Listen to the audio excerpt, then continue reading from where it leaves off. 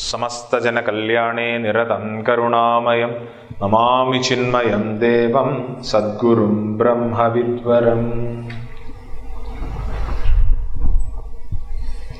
ഒരിക്കൽ കൂടെ രമണ മഹർഷിയെ പറ്റിയിട്ടുള്ള ആ ഒരു ധ്യാനം ചൊല്ലാം. എല്ലാ ദിവസവും ഉപദേശസാരം പഠിക്കുന്ന സമയത്ത് നമ്മൾ എല്ലാ ദിവസവും ഈ ഒരു ശ്ലോകം നമ്മൾ ചൊല്ലിയിട്ടായിരിക്കും ക്ലാസ് തുടങ്ങാം. ഓക്കെ. അന്തര്യശ്ച ബഹിർവിധൂതതിമിരം ജ്യോതിർമയം ശാശ്വതം സ്ഥാനം പ്രാപ്യ വിരാജത്തെ വിനമത അജ്ഞാനമുന്മൂലയൻ പശ്യൻ വിശ്വമവീതമുല്ലസതി യോ വിശ്വസ്യ പാരേ പരഃ തസ്മൈ ശ്രീരമണായ ലോകഗുരവേ ശോകസ്യ ഹന്ത്രേ നമഃ. തസ്മൈ ശ്രീരമണായ ലോകഗുരവേ ശോകസ്യ ഹന്ത്രേ നമഃ. നമ്മൾ ഇന്നലെ ഇൻട്രൊഡക്ഷനാണ് കണ്ടത്. ഇൻട്രൊഡക്ഷൻ തന്നെ ചില ആൾക്കാർക്ക് ബുംബും പോയി എന്നെല്ലാം മോഹമൊക്കെ കണ്ടത് എനിക്ക് തോന്നി. കുഴപ്പമില്ല, നമ്മൾ ഇനിയും പറയും ഇൻട്രൊഡക്ഷൻ. അതെന്താ, ഇതുമായിട്ടൊരു കണക്ഷൻ ഉണ്ട്, അല്ലാതെ വെറുതെ നമ്മൾ സമയം കൊല്ലാൻ വേണ്ടിയിട്ടല്ല ഇൻട്രൊഡക്ഷൻ. കാര്യം ഈ ഇൻട്രൊഡക്ഷനിൽ നിന്നാണ് ഈ വേദാന്ത ചിന്തനം എന്ന് പറയുന്ന എൻറ്റയർ പരിപാടി. 30 ക്ലാസ് ഉണ്ടെങ്കിൽ ആ ക്ലാസ് ഈ ഇൻട്രൊഡക്ഷനുമായിട്ട് കണക്റ്റഡ് ആയിരിക്കും. ഓക്കെ. അപ്പൊ ആദ്യം നമ്മൾ കണ്ട എന്താണ്, വേദാന്തം എന്താണ് എന്ന് കണ്ടു. എന്താ വേദാന്തം? വേദത്തിന്റെ അന്തം, അതല്ലെങ്കിൽ അറിവിന്റെ പാരമ്യം, അതല്ലെങ്കിൽ സുപ്രീം നോളേജ്. ഇവിടെ നിന്നാണ് നമ്മൾ തുടങ്ങിയത്. അപ്പം എന്താണ് സുപ്രീം നോളേജ്? PhD എടുക്കുന്നതാണോ, അതാണോ ഇതാണോ അല്ലല്ല. ഏതൊരറിവാണോ അറിഞ്ഞാൽ പിന്നെ വേറൊന്നിൻ്റെയും ആവശ്യമില്ലാത്തത്. അതായത് ഇപ്പം നമുക്ക് എന്തെങ്കിലും ഒരു കാര്യം കിട്ടിക്കഴിഞ്ഞാൽ പിന്നെയും അത് കൂടുതൽ കിട്ടുകയാണെങ്കിൽ ഈ ആദ്യം കിട്ടിയ കാര്യം ഫുള്ളാണോ? അല്ല.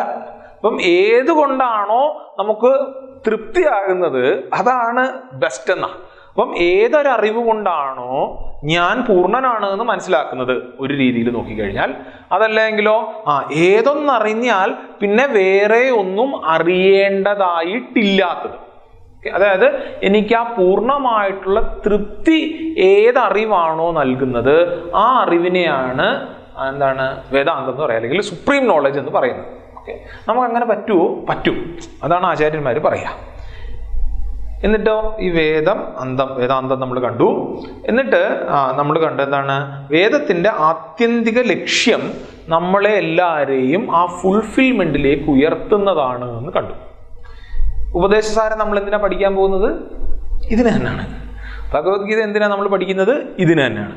അപ്പം ഇതിൻ്റെ അകത്ത് തെറ്റിദ്ധരിക്കാൻ പാടില്ല. ഞാൻ ഇത് വീണ്ടും വീണ്ടും വീണ്ടും പറയും. പുതിയതായിട്ടൊരു അറിവല്ല ആക്ച്വലി ആധ്യാത്മിക ശാസ്ത്രം നമുക്ക് നൽകുന്നത്. പിന്നെയോ നമ്മുടെ അറിവില്ലായ്മയെ ഇല്ലാതാക്കുകയാണ് ചെയ്യുന്നത്. ഇപ്പം എനിക്ക് 7ാം ക്ലാസ്സിൽ പഠിക്കുന്നത് വരെ, അതോ 5ാം ക്ലാസ്സിലോ 6ാം ക്ലാസ്സിൽ പഠിക്കുന്നതോ 7ാം ക്ലാസ്സിൽ പഠിക്കുന്നത് വരെയോ a+b² = a² + 2ab + b² എന്ന് പറയുന്നൊരു ഇക്വേഷൻ എനിക്ക് അറിയത്തില്ലായിരുന്നു. ഇല്ലേ? അവിടെ കണക്ക് ടീച്ചർ ഇത് പഠിപ്പിച്ചു. പിന്നെ എയ്ക്ക് പകരം എക്സ് ഇട്ട്, എയ്ക്കും ബിക്കും പകരം എക്സും വൈയും ഇട്ടു. അങ്ങനെ പല രീതിയിലൊക്കെ പഠിപ്പിച്ച് അവർ നമ്മളെ കൊണ്ട് ഈ കണക്കൊക്കെ ചെയ്യിപ്പിച്ചായിരുന്നു. ഓക്കെ. അതവിടെ തീർന്നു കേട്ടോ. 8ാം ക്ലാസ്സിലും 9ാം ക്ലാസ്സിലും തീർന്നു. ഓക്കെ. ഇതിപ്പോൾ ഞാൻ ഓർത്തിരിക്കുന്ന സ്ഫടികൻ സിനിമയിൽ വന്നത് കാരണമാണ് ഞാൻ ഓർത്തിരിക്കുന്നത്. അത് പോട്ടെ. പക്ഷേ അധ്യാത്മശാസ്ത്രത്തിന്റെ വ്യത്യാസം എന്താണെന്ന് വെച്ചാൽ, ഇത് നമ്മളെ പറ്റി തന്നെയുള്ള അറിവായതുകൊണ്ട് തന്നെ ഇത് നമ്മൾ എവിടെയോ കേട്ടത് കണക്കോ നമുക്ക് അറിയാവുന്നത് കണക്കോ നമുക്ക് ചിലപ്പോൾ ഫീൽ ചെയ്യും. ചില ആൾക്കാർക്കെങ്കിലും. ചില ആൾക്കാർക്ക് ഇത്ര ഉള്ളോ എന്ന് തോന്നും. ചില ആൾക്കാർക്ക് ഇതിൻ്റെ ഒന്നും ആവശ്യമില്ല എന്ന് തന്നെ തോന്നും. കാര്യം എന്നാ, ഇത് നമ്മളെ പറ്റിയിട്ടാണ് അറിയുന്നത്. ഓക്കെ. അപ്പൊ ഈ നമ്മൾ ആരാണെന്ന് ഡിഫൈൻ ചെയ്യും അധ്യാത്മശാസ്ത്രത്തിൽ. അതിപ്പോൾ ഞാൻ കരുതിയിരിക്കുന്ന നമ്മളാണോ നമ്മൾ? ഇതിപ്പം പറയുമ്പോഴേ ഇപ്പോഴത്തെ ചില ട്രോളല്ലേ അത് കണക്കൊക്കെ വരാൻ സാധ്യതയുണ്ട്. പക്ഷെ അങ്ങനെയാണത് ആക്ച്വലി. അതായത് സത്യത്തിൽ ഞാൻ ആരാണെന്നാണ് ഈ ശാസ്ത്രം നമുക്ക് പറഞ്ഞു തരിക. ഓക്കെ. സത്യത്തിൽ ഞാൻ ആരല്ല എന്നുള്ളതിൻ്റെ തെറ്റിദ്ധാരണയാണ് എൻ്റെ ദുഃഖത്തിനും കരച്ചിലിനും പേടിക്കും ദേഷ്യത്തിനും അസൂയയ്ക്കും കുശുമ്പിനും എല്ലാത്തിനും കാരണം. ഇതാണ് പോയിന്റ്. അപ്പം എനിക്കറിയാവുന്ന ഒരു കാര്യം എന്നെ തന്നെ പഠിപ്പിക്കുകയാണ് എന്ത് ചെയ്യുക? ശാസ്ത്രം ചെയ്യുക. അല്ലെങ്കിൽ എനിക്ക് തന്നെ വെളിവാക്കി തരികയാണ് ശാസ്ത്രം ചെയ്യുക. ഓക്കെ, ഈ ഒരു അണ്ടർസ്റ്റാൻഡിങ്ങിൽ വേണം നമ്മൾ ശാസ്ത്രത്തിനെ നോക്കിക്കാണാം. അതെ അതെ, നമുക്ക് അക്കാഡമിക്കലി മനസ്സിലാക്കാൻ, ടെക്നിക്കൽ വേദാന്തം പഠിക്കാനൊക്കെ ശ്രമിക്കാം. ഇത് ഈ കണക്കിനേക്കാളും ഫിസിക്സിനേക്കാളും എല്ലാം ബുദ്ധിമുട്ടുള്ള ശാസ്ത്രമാണ് വേദാന്തം എന്ന് പറയും. പൂജ്യ ഗുരുദേവൻ പറയും, ഒരു ബ്രെയിൻ സർജറി ചെയ്യുന്നതിനേക്കാൾ സൂക്ഷ്മതയോടുകൂടി വേണം വേദാന്തം പഠിക്കാൻ എന്ന് പറയും. കാര്യം അത്രയും ടെക്നിക്കലി ഉള്ള ശാസ്ത്രമാണ്. പക്ഷെ അതേ സമയം എന്താണ്, ഈ വേദാന്തത്തിൻ്റെ അർത്ഥം, താല്പര്യം അത് അത്ര എളുപ്പമാണ്. കാര്യം എന്നാ, എന്നെ പറ്റിയാണ് പഠിപ്പിക്കുന്നത്, സുധീർ ചേട്ടനെ പറ്റിയല്ല, നമ്മളെ പറ്റിയാണ് നമ്മൾ ഈ പഠിക്കാൻ പോകുന്നത്. പക്ഷെ എന്താണ്, നേരത്തെ ഇന്നലെ സൂചിപ്പിച്ച കണക്ക് അജ്ഞാനം കൊണ്ട് മറഞ്ഞിരിക്കുന്നത് കൊണ്ട് ഓക്കെ എന്താണ്, നമുക്ക് വീണ്ടും വീണ്ടും ചിലപ്പോൾ റബ്ബ് ചെയ്യേണ്ടി വരും. നമുക്ക് നമ്മളെ തന്നെ ഒന്ന് ഉയർത്തേണ്ടി വരും. നമ്മളെ തന്നെ ഉയർത്തേണ്ടി വരും. എല്ലാവരും കുക്ക് ചെയ്യുന്ന ആൾക്കാരാണ് ഇവിടെ. അത്യാവശ്യമൊക്കെ ഞങ്ങൾ കുക്ക് ചെയ്യുന്നതാണ്. നല്ലൊരു കുക്കിൻ്റെ അടുക്കെ നമ്മൾ എങ്ങനെയായിരിക്കും, നന്നായിട്ട് കുക്ക് ചെയ്യുന്ന ഒരാളുടെ, നന്നായിട്ട് കുക്ക് ചെയ്യുന്ന വേറൊരാൾ ഏതെങ്കിലും ഒരു പുതിയ ഡിഷ് ഉണ്ടാകണമെങ്കിൽ നമ്മൾ എന്താ പറയുന്നത്, കടുക് വറക്കണം, അത് ചെയ്യണം, ഇത് ചെയ്യണം, ഇത് ചെയ്യണം, 3 പോയിന്റിൽ തീരും. നേരെ മറിച്ച് കുക്കിങ്ങിന്റെ ABCD അറിയാൻ മേലാത്ത ആൾക്കാരൊക്കെ ആണെങ്കിലോ ആദ്യം പറയും കടുക് റെഡിയാക്കി വെക്കണം.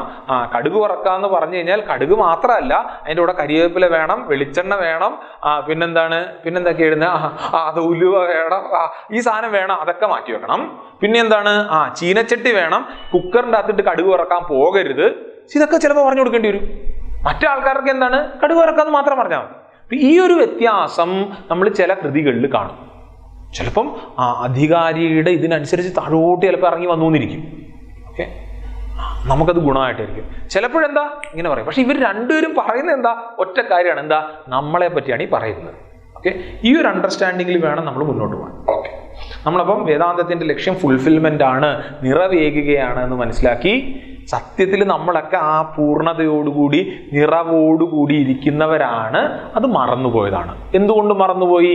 നമുക്ക് ആവശ്യത്തിന് ചിത്തശുദ്ധിയില്ല, ആവശ്യത്തിന് ചിത്ത ഏകാഗ്രതയില്ല. അപ്പൊ ചിത്തശുദ്ധി കിട്ടാൻ വേണ്ടിയിട്ട് എന്ത് ചെയ്യണം? കർമ്മയോഗം ചെയ്യണം. അത് നമ്മൾ കാണും, വളരെ വിശദീകരിച്ചിട്ട് ഇന്ന് ചിലപ്പോൾ തുടങ്ങുമായിരിക്കും, നാളെ എന്തൊക്കെയാണെങ്കിലും കാണും. ഓക്കെ ഓക്കെ, ചിത്തശുദ്ധി കിട്ടാൻ വേണ്ടിയിട്ട് കർമ്മയോഗം ചെയ്യണം എന്ന് കാണും. പിന്നെയോ ചിത്ത ഏകാഗ്രത വേണം. അതാണ് രണ്ടാമത്തെ പോയിന്റ്. ഫോക്കസ് വേണം. ആ ഫോക്കസിന് വേണ്ടിയിട്ട് ഉപാസന ചെയ്യണം. ഇത് നമ്മൾ വളരെ വിശദീകരിച്ച് അവിടെ കാണും, ഉപദേശസാരത്തിൽ കാണും. പിന്നെയോ ഗുരുവിൻ്റെ അടുക്ക പോയതിന് ശേഷം ശ്രവണ മനന നിധിധ്യാസനം, അതിൽ കൂടെ നമ്മൾ ഉയരും. ഓക്കെ, ഉയർന്നിട്ട് നമ്മൾ ആരാണെന്ന് മനസ്സിലാക്കും. ഞാൻ പൂർണ്ണനാണ് എന്ന് മനസ്സിലാക്കും. ആ രസകരമായിട്ടുള്ളൊരു കഥ ഗുരുദേവൻ പറയുന്നൊരു കഥയുണ്ട്. ഗുരുദേവൻ അത് പുഴുവിൻ്റെയും കോഴിയുടെയൊക്കെ കഥയായിട്ടാണ് പറയുക. ഞാനത് ഡോക്ടറിൻ്റെയും പൂച്ചയുടെയുമായിട്ടാണ് പറയുക സാധാരണ. കേട്ടിട്ടുണ്ടോ കഥ? ഇല്ല, ഭാഗ്യം. നിങ്ങളത്തെ ആൾക്കാരാണ് എനിക്ക് വേണ്ടത്. ഒരു കഥയെ ഓർക്കാൻ പാടില്ല. എന്താ, വളരെ ഫേമസ് ആയിട്ടുള്ള കഥയാണ്. വേദാന്തം 1-2 ക്ലാസ് കേട്ടിട്ടുണ്ടെങ്കിൽ ഈ കഥ എവിടുന്നെങ്കിലുമൊക്കെ കേട്ടിട്ടുണ്ടായിരിക്കും. കാര്യം ഇതിനേക്കാൾ ഗംഭീരമായിട്ട് ഈ ഒരു ഐഡിയ കൺവേ ചെയ്യാൻ പറ്റുന്ന ഒരു കഥയില്ല. അതുകൊണ്ടാണ്. അത് ഒരു ആൾക്കൊരു ഇത്തിരി പ്രശ്നം ഉണ്ടായിരുന്നു മാനസികമായിട്ട്. അദ്ദേഹം കരുതിയിരുന്നത് അദ്ദേഹം എലിയാണ് എന്നാണ്. കഥ കേട്ടിട്ടുണ്ടല്ലോ? കേട്ടിട്ടുണ്ട്. ഓക്കെ, എലിയാണെന്നാണ് ഇദ്ദേഹം കരുതിയിരുന്നത്. അതുകൊണ്ട് തന്നെ എന്താ വെച്ചാൽ അദ്ദേഹം എലിയെ കണക്ക് ബിഹേവ് ചെയ്യാൻ തുടങ്ങി. എന്ത് ചെയ്യും? എലി ഓടി നടന്ന് സോഫ കീറും. നമ്മുടെ വീട്ടിലും ചില ആൾക്കാരൊക്കെ വന്നിരുന്ന ഉള്ളതെല്ലാം പിച്ചി പറിക്കുന്ന ആൾക്കാരുണ്ട്. അങ്ങനത്തെ ആൾക്കാരെ പറ്റില്ല. ഇയാളുടെ ധാരണ തന്നെ എന്താണ്? ഇയാൾ എലിയാണ് എന്നാണ്. അപ്പൊ അതിനനുസരിച്ച് ഇയാൾ ബിഹേവ് ചെയ്യാൻ തുടങ്ങി. ഇയാൾ ഭയങ്കര വയലന്റ് ആയ സമയത്ത് വീട്ടുകാരെന്ത് ചെയ്തു? ഒരു നിവർത്തിയില്ലാതെ ഇദ്ദേഹത്തിന് റൂമിൻ്റെ അകത്ത് കൂട്ടിയിട്ടു. എന്നിട്ട് ഒരു ഡോക്ടറിനെ പോയി കണ്ടിട്ട് പറഞ്ഞു, ഡോക്ടർ ഇങ്ങനെയാണ്, പ്രശ്നമാണ്, പുള്ളിക്ക് ഇത്തിരി പ്രശ്നമായിട്ടുണ്ട്. ഡോക്ടർ പറഞ്ഞു കുഴപ്പമില്ല, ഇങ്ങനെ ആഹാരം കഴിക്കുന്ന സമയത്ത് ഞാൻ തരുന്ന ഈ മരുന്ന് കൊടുക്കുക. കൊടുത്തു കഴിഞ്ഞാൽ എന്ത് പറ്റും? അയാൾ മയങ്ങുമ്പോൾ ഇയാളെ പൊക്കിയെടുത്തുകൊണ്ട് ആശുപത്രി കൊണ്ടുവരാൻ പറയും. ഇങ്ങനെ ആശുപത്രിയിൽ കൊണ്ടുവന്ന് കഴിയുമ്പോഴത്തേക്കും ഡോക്ടർ കുറച്ച് നാൾ ട്രീറ്റ്മെൻ്റ് ഒക്കെ കൊടുത്തതിന് ശേഷം ഇങ്ങനെ ഇരുന്നൊരു സമാധാന അവസ്ഥയിലെത്തും.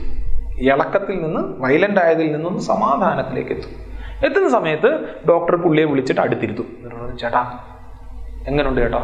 സുഖമാണ് ഡോക്ടറെ, ഇവിടെ നല്ല ആഹാരമാണ്, നല്ല വിശ്രമമാണ്, അതൊക്കെ കറക്റ്റാണ്. ഓക്കെ, പക്ഷേ ചേട്ടനൊരു പ്രശ്നം ഉണ്ടായിരുന്നു. മറ്റേ മോഹൻലാൽ പറയുന്ന കണക്ക് ഒരു പ്രശ്നം ഉണ്ടായിരുന്നു. ഞാനത് എടുത്തു കളഞ്ഞെന്നല്ല പറയാനുള്ള ഡയല. എന്തായിരുന്നു പ്രശ്നം? അല്ല, ചേട്ടനൊരു തെറ്റിദ്ധാരണ ഉണ്ടായിരുന്നു. ചേട്ടൻ എലിയാണെന്നാണ് ധരിച്ചിരുന്നത് ഇത്രയും നാള് എന്ന് പറയും. വളരെ പുള്ളി പറയും, എനിക്കങ്ങനെ ഒരു തെറ്റിദ്ധാരണയില്ല, എനിക്ക് നല്ല ഉറപ്പാണ് എന്ത്, ഞാൻ എലിയാണെന്ന്. മനസ്സിലായില്ലേ? എനിക്ക് നല്ല ഉറപ്പാണ് ഞാൻ എലിയാണ്. ഓ ഡോക്ടർ പറയും, അല്ല ചേട്ടാ, അല്ല ചേട്ടൻ എലിയല്ല, ചേട്ടൻ ആരാണ്? ചേട്ടൻ മനുഷ്യനാണ്. ഇയാൾക്ക് അത്ഭുതമായി. ഞാനോ ഞാൻ മനുഷ്യനാണോ? പിന്നെ ചേട്ടൻ മനുഷ്യനല്ലേ? നോക്കിക്കേ, ചേട്ടൻ എന്നെ കണക്കാണോ ഇരിക്കുന്നത്, അതോ ഇയാളൊരു ഫോട്ടോ എടുത്ത് കാണിച്ചു ഈ ഒരു എലിയെ കണക്കാണോ ഇരിക്കുന്നത്? ഒരു എലിയുടെ ഫോട്ടോ കാണിച്ചു, എന്നിട്ട് ഒരു കണ്ണാടി എടുത്തിട്ട് നോക്കിയിട്ട് ചേട്ടൻ നോക്കിയിട്ട് പറ, എലിയെ കണക്കാണോ ചേട്ടൻ ഇരിക്കുന്നത്? വാലുണ്ടോ ചേട്ടന്? ഇയാൾ തപ്പി നോക്കി, ഇല്ല, വാലില്ല. എലിയുടെ കണക്കത്തെ മീശയാണോ അത് എൻ്റെ കണക്കത്തെ മീശയാണോ? അവിടെ ഇയാൾ ആലോചിക്കാൻ തുടങ്ങി, ശരിയാ, ഡോക്ടറുടെ കണക്കത്തെ മീശയൊക്കെയാ, ശരിയാ, ഞാൻ എലിയല്ല. നന്ദി ഡോക്ടർ, 1000 നന്ദി, എന്നെ ഇതിൽ നിന്ന് രക്ഷിച്ചല്ലോ.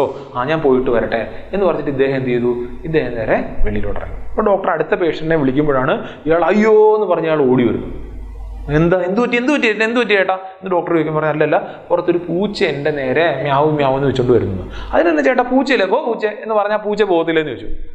ഇയാൾ പറയാം, അതെങ്ങനെ ശരിയാകത്തില്ലല്ലോ. കാര്യം എനിക്ക് മനസ്സിലായി ഞാൻ എലിയല്ല എന്ന്, പക്ഷെ പൂച്ചയ്ക്ക് അറിയത്തില്ലല്ലോ എന്ന്. മനസ്സിലായില്ലേ? അതാണ് കളി. അപ്പോൾ ഡോക്ടർ പറഞ്ഞു, ഇല്ല ചേട്ടാ, അങ്ങനല്ല, സത്യത്തിൽ ചേട്ടൻ എലി അല്ലല്ലോ, പക്ഷെ ഇത് ഉറയ്ക്കാൻ ചേട്ടൻ എന്ത് ചെയ്യണം? അതേ അവിടെ ഒഴിഞ്ഞിരിക്കുന്ന സ്ഥലം കണ്ടോ, ചേട്ടൻ അവിടെ പോയിരിക്കുക, ഇരുന്നിട്ട് എന്തൊക്കെ കാരണങ്ങൾ കൊണ്ട് ചേട്ടൻ എലി അല്ല എന്ന് ചിന്തിക്കും, എന്തൊക്കെ കാരണം കൊണ്ട് ഞാൻ മനുഷ്യനാണ് എന്ന് ഉറപ്പാക്കും. ഓക്കെ, ഇത് ചേട്ടൻ വീണ്ടും ഉറപ്പിക്കൂ എന്ന് പറയും. ഇതാണ് കഥ. ഇനി നമ്മളെ എടുക്കുക ഇതിനകത്തോട്ട്. നമ്മൾ ഓരോരുത്തരും ഇങ്ങനെയാണ് എന്നാ, നമ്മൾ ഓരോരുത്തരും ഈ ലിമിറ്റഡ് ശരീര മനോബുദ്ധിയാണ് എന്ന് വിചാരിച്ചിട്ട് ചിലപ്പോൾ ഓവർ ഹൈപ്പറായിട്ട് ഈ സ്വാർത്ഥതയിൽ കിടന്ന് പടയ്ക്കുന്ന സമയത്ത്, ഈ ലോകത്തിൽ ബുദ്ധിമുട്ടുന്ന സമയത്ത് നമ്മൾ പോലും അറിയാതെ ആചാര്യന്മാര് സേവനം ചെയ്യൂ എന്ന് പറഞ്ഞിട്ട് നമ്മുടെ ഉള്ളിലേക്ക് ഒരു സാധനം ചെയ്യും. ഈ സേവനത്തിനാണ് കർമ്മയോഗം. നമ്മൾ വിശദീകരിച്ച് നാളെയോ മറ്റന്നാളെല്ലാം ആയിട്ട് കാണും. അത്യാവശ്യം നമ്മളൊന്ന് സ്വാർത്ഥതയില്ലാതെ സേവനം ചെയ്ത് സമൂഹത്തിലൊക്കെ ഇടപെട്ട് അനുഭവിക്കുന്നതിൽ കൂടുതൽ ഉൽപ്പാദിപ്പിച്ചും എടുക്കുന്നതിലധികം കൊടുത്തുമൊക്കെ ജീവിച്ചു തുടങ്ങുന്ന സമയത്ത് ഒന്ന് നമ്മൾ സമാധാനമാകും. എൻ്റെ സ്വാർത്ഥത ഒന്ന് ഒതുങ്ങിയാൽ മാത്രമേ എനിക്കിതൊക്കെ കേൾക്കാൻ വേണ്ടിയിട്ടൊന്ന് ഇരിക്കാൻ പറ്റുള്ളൂ. സമാധാനം. ഈ സമാധാനം ആകുന്ന സമയത്ത് ഒന്ന് ഫോക്കസ്ഡ് ആകാൻ വേണ്ടിയിട്ട് വീട്ടുകാരെല്ലാം പറയും, മോനേടാ ഒന്ന് ഇങ്ങനെ അമ്പലത്തിലൊക്കെ ഒന്ന് പോയി തുടങ്ങ്. അപ്പോൾ ഇവനെല്ലാം അമ്പലത്തിലെല്ലാം കുറച്ച് നാൾ പോയി ഒന്ന് സമാധാനമായി വീട്ടിലൊന്ന് ജപിച്ചെല്ലാം തുടങ്ങുന്ന സമയത്താണ് ഇനി എന്ത് എന്നുള്ളൊരു ചോദ്യം വരുന്നത്. ആ സമയത്തായിരിക്കും ഏതെങ്കിലും ഒരു ഗുരുവിൻ്റെ അടുത്ത് പോവുക. ആ ഗുരു ഡോക്ടറിനെ കണക്ക് വർത്തിക്കും എന്നാണ്. ഗുരു പറയും, എന്താണ്? നീ അതാണ്, നീ ദുഃഖിക്കേണ്ടവനല്ല എന്ന് പറയും. ഇത്ര നാളും ഒരു ബോധ്യം ഇല്ലാത്ത ഒരുത്തൻ ഒന്ന് സമാധാനപ്പെട്ട സമയത്താണ് ഞാൻ ഈ ശരീര മനോബുദ്ധി അല്ലേ എന്നുള്ളൊരു തോന്നൽ വരുന്നത്. ഞാൻ ഈ എലിയല്ലേ, മനുഷ്യനാണോ എന്ന് അയാൾക്ക് തോന്നിയതുപോലെ നമുക്കും തോന്നുന്ന. ഓക്കെ, ഇതുവരെ തോന്നി കാണത്തില്ലായിരിക്കും, തോന്നും. അത് ഗുരുവിൻ്റെ ഗുണമുണ്ട്. അതിനേക്കാൾ ഉപരി നമ്മൾ പാകപ്പെടുന്നതിനനുസരിച്ചാണ്. അപ്പോൾ എന്താ, സ്വാഭാവികമായിട്ടും എനിക്ക് മീശയില്ല, എനിക്ക് വാലില്ല, ഞാൻ കരണ്ട് തിന്നുക അല്ല എന്ന് എങ്ങനെയാണോ മറ്റേ ആൾ ചിന്തിച്ചത്, അതേപോലെ എന്തുകൊണ്ട് ഞാൻ ശരീരമല്ല, എന്തുകൊണ്ട് ഞാൻ മനസ്സല്ല, എന്തുകൊണ്ട് ഞാൻ ബുദ്ധിയല്ല, ഇതിനെയൊക്കെ പ്രചോദിപ്പിക്കുന്ന ആത്മചൈതന്യമാണ് ഞാൻ എന്നെല്ലാം ഞാൻ ചിന്തിക്കാൻ തുടങ്ങും. പക്ഷേ അത് ലോജിക്കലി എനിക്ക് കൺവിൻസ്ഡ് ആവും. എന്നൊരു തലമുണ്ട്, ലോജിക്കൽ കൺവിക്ഷനേ ഉണ്ടാവുള്ളൂ. അനുഭവത്തിലേക്ക് ചിലപ്പോൾ വരില്ല. അതിനെന്ത് വേണം? ധ്യാനിക്കണം, ഇത് ധ്യാസം ചെയ്യണം. എന്നാ നിർവാണ ഷട്കൊക്കെ കേട്ടിട്ടില്ല? എന്താണ് തുടങ്ങുന്നത്? എങ്ങനെ? മനോബുദ്ധി അഹങ്കാര ചിത്താനിനാഹം നച ശ്രോത്ര ജിഹ്വേ നച ഘ്രാണ നേത്രേ നച വ്യോമ ഭൂമിർന തേജോ ന വായു ചിദാനന്ദരൂപ ശിവോഹം. എന്താണ്? ധ്യാനിക്കുകയാണ്. എന്താണ്? മനോബുദ്ധി അഹങ്കാര ചിത്താനിനാഹം. മനസ്സല്ല, ബുദ്ധിയല്ല, അഹങ്കാരമല്ല, ചിത്തല്ല. നച ശ്രോത്ര ജിഹ്വേ നച ഘ്രാണ നേത്രേ. ഞാൻ എൻ്റെ ഈ ഇന്ദ്രിയങ്ങളൊന്നുമല്ല. നച വ്യോമ ഭൂമിർന തേജോ ന വായു. ഈ പഞ്ചഭൂതം ഞാനല്ല, പിന്നെയോ ചിദാനന്ദരൂപ ശിവോഹം. ഞാൻ ആ ചിദാനന്ദ രൂപമായിട്ടുള്ള ശിവം തന്നെയാണ്. ഞാൻ ഈ കാണുന്ന ഇപ്പം ഞാനാണെന്ന് തെറ്റിദ്ധരിച്ചിരിക്കുന്നത് ഒന്നും എന്താണ്? ഞാനല്ല. പിന്നെയോ ഇതിനെയൊക്കെ പ്രചോദിപ്പിക്കുന്നതായിട്ടുള്ള ആത്മതത്വം ഞാനാണ്.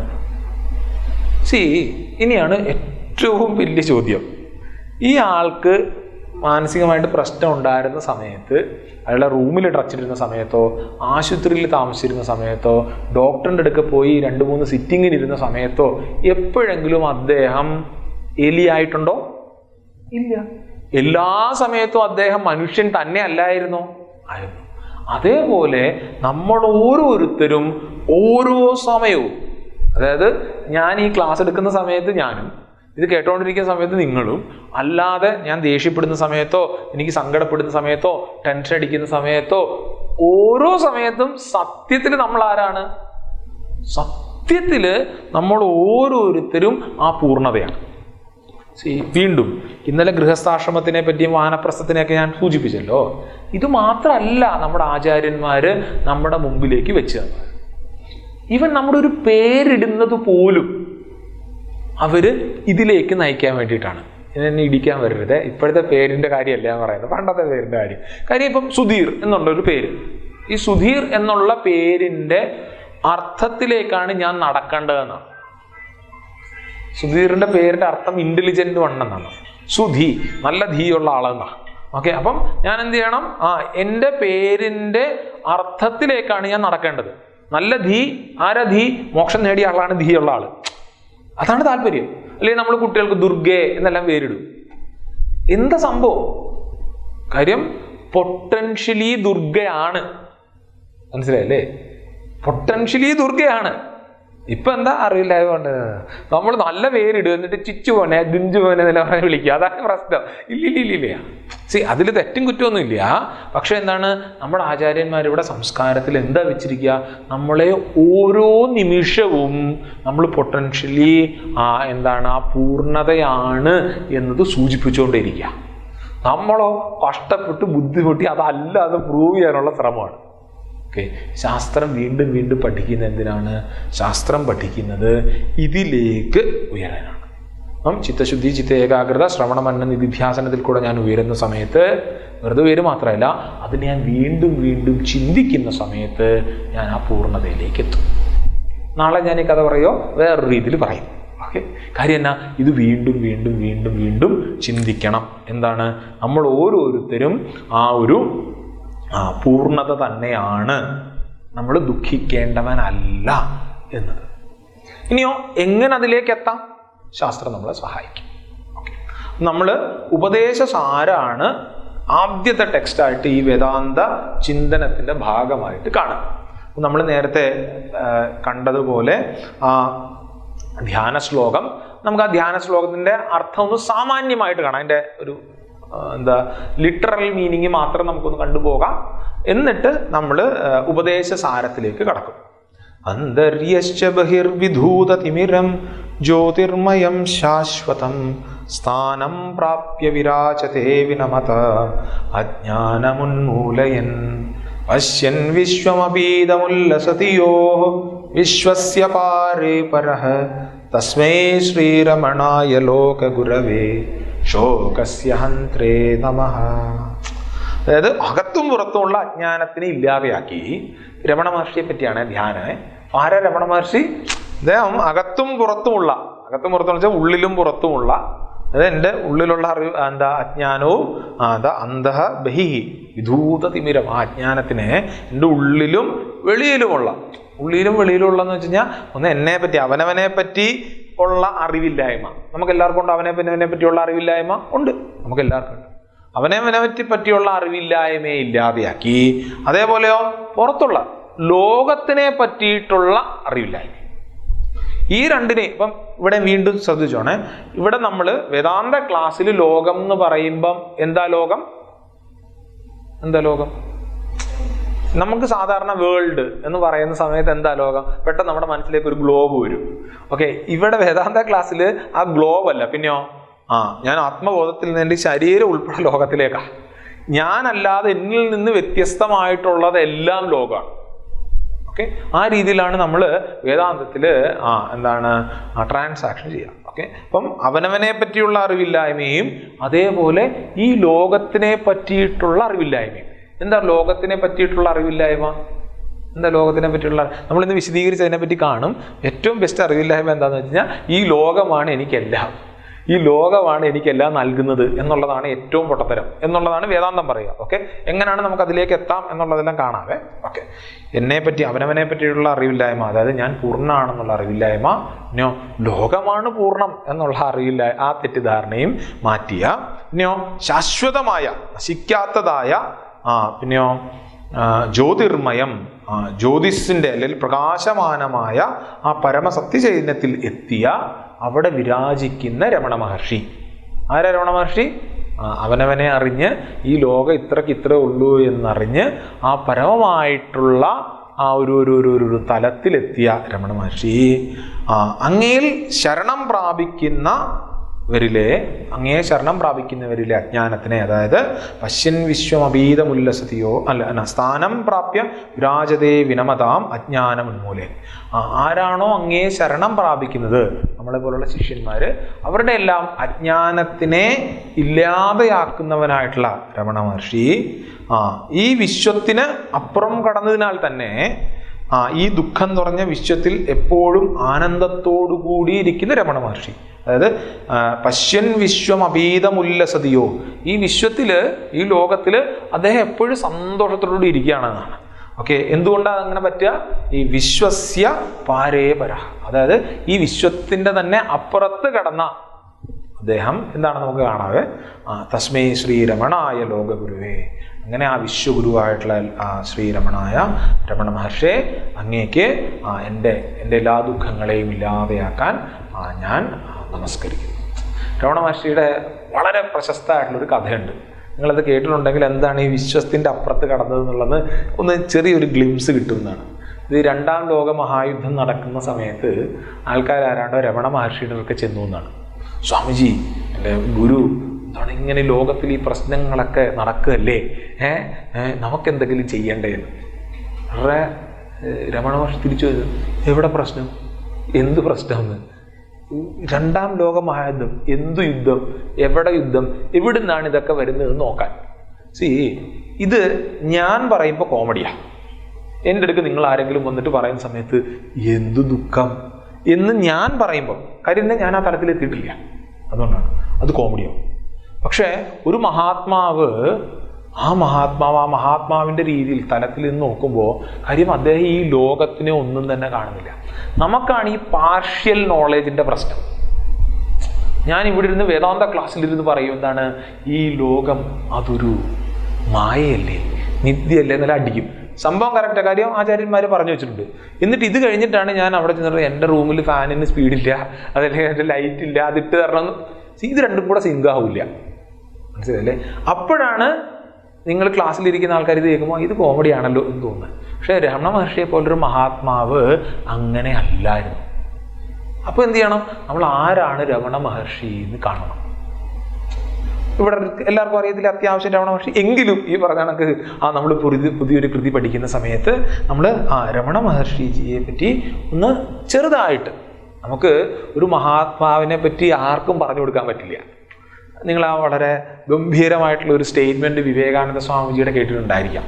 അത് വിവേകാനന്ദ സ്വാമിജിയുടെ അവസാന ദിവസം, അദ്ദേഹം സമാധിയാകുന്ന ദിവസം അദ്ദേഹം ഇങ്ങനെ കോറിഡോറിലൂടെ നടക്കുകയായിരുന്നു എന്നാണ് പറഞ്ഞു കേട്ടിട്ടുള്ളതാണ്.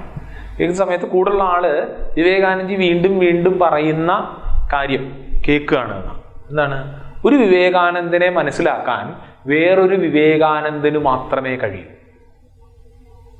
ഒരു വിവേകാനന്ദനെ മനസ്സിലാക്കാൻ വേറൊരു വിവേകാനന്ദന് മാത്രമേ കഴിയൂ. നമ്മളൊക്കെ വിചാരിക്കും വേറെ ആൾക്കാരെ മനസ്സിലാക്കിയത്. ഓക്കെ, ഇല്ല. അപ്പോഴാണ് ഒരു മഹാത്മാവിനെ അദ്ദേഹം എന്താണ് ചെയ്തത്, അദ്ദേഹത്തിൻ്റെ വർക്ക് മാത്രമല്ല അദ്ദേഹം ആരാണ് എന്ന് മനസ്സിലാക്കാൻ ഒന്നുകിൽ അത് കണക്കത്തെ ഒരു സ്ഥിതപ്രജ്ഞന് മഹാത്മാവിന് മാത്രമേ കഴിയുള്ളൂ.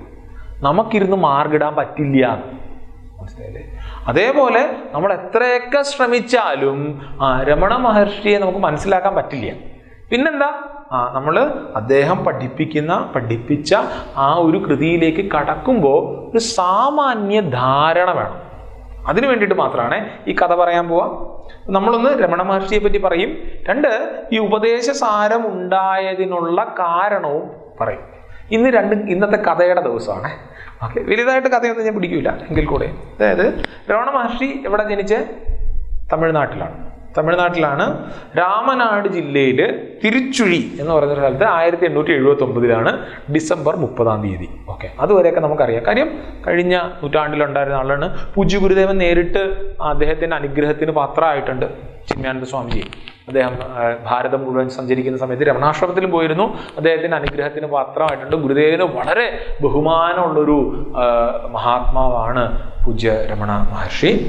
വളരെ ചെറുപ്പത്തിൽ സാധാരണ ഒരു ബാലനായിരുന്നു. കാര്യം ഞങ്ങളുടെ ഇടയ്ക്കൊക്കെ ചോദിക്കേ, ഞങ്ങളുടെ ഇടയ്ക്കെന്നൊക്കെ പറഞ്ഞു കഴിഞ്ഞാൽ ഞാൻ രമണ മഹർഷി അങ്ങനെ വെച്ച് പറയുന്നതല്ല, ഈ വേഷമുള്ള ആൾക്കാരൊക്കെ സ്വാമി ഇതെങ്ങനെ, ഇത് നിങ്ങളുടെ ഒരു ലൈൻ എങ്ങനെ, ഇതിലെങ്ങനെ വന്നേ?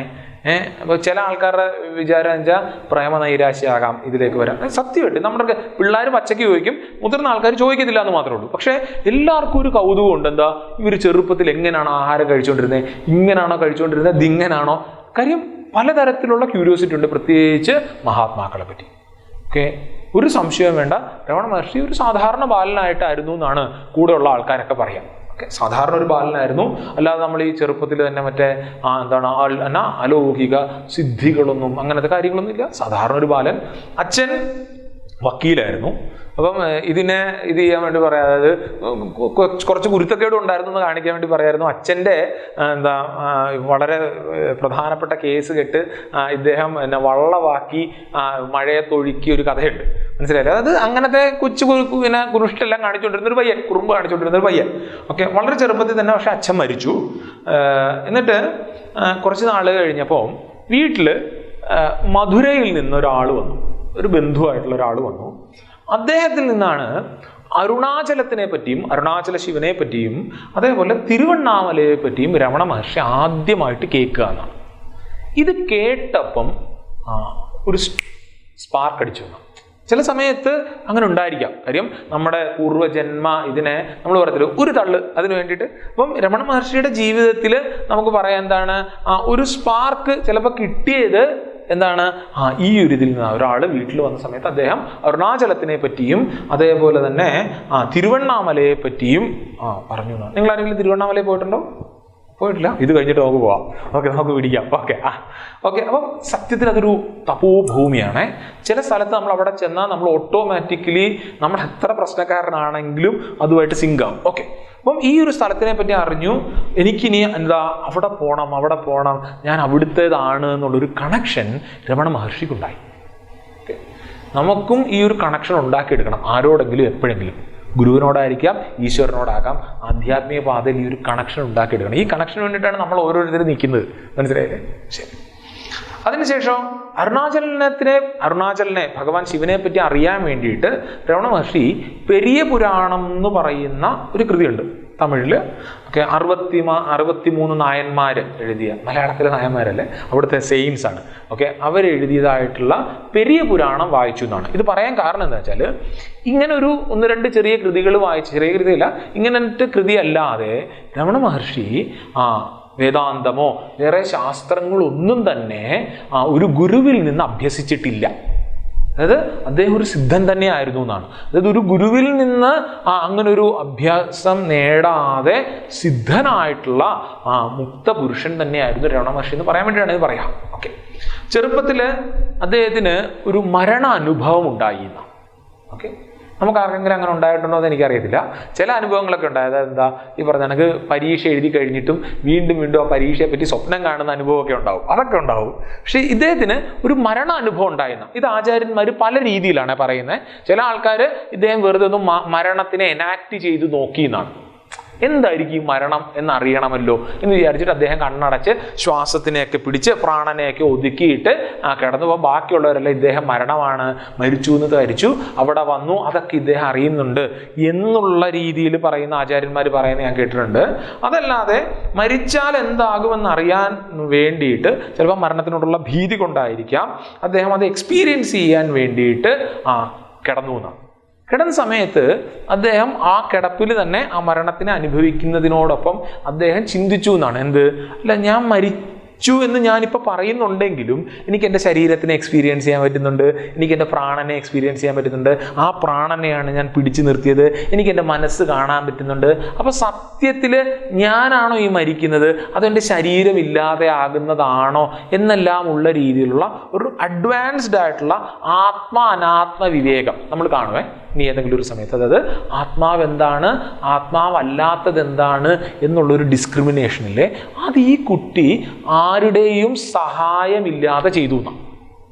അപ്പൊ ഈ മരണ അനുഭവത്തിനെ പറ്റി പറയുന്ന സമയത്ത് സത്യത്തിൽ അവിടെ നടന്ന എന്താ, വളരെ അഡ്വാൻസ്ഡ് ആയിട്ടുള്ള ചില ഒരു സീക്കേഴ്സ് ഒക്കെ ചെയ്യുന്ന ചില ധ്യാന പരിശീലനങ്ങളായിരിക്കാം. ചിലപ്പോൾ ധ്യാനിക്കുന്ന ആൾക്കാരൊക്കെ ഈ കൂട്ടത്തിൽ കാണും. കണ്ണടച്ചിരിക്കൂ, എന്നിട്ട് എന്താ, നിങ്ങളുടെ മുമ്പിൽ കൂടെ ഓരോ ചിന്തകൾ കടന്നു പോകുമ്പോൾ ആ ചിന്തയുമായി എനിക്കൊരു ബന്ധവുമില്ല എന്നുള്ള രീതിയിൽ ആ ചിന്തയെ നോക്കിക്കാണൂ എന്നെല്ലാം പറഞ്ഞ് നമ്മൾ ധ്യാനിക്കാറുണ്ട്.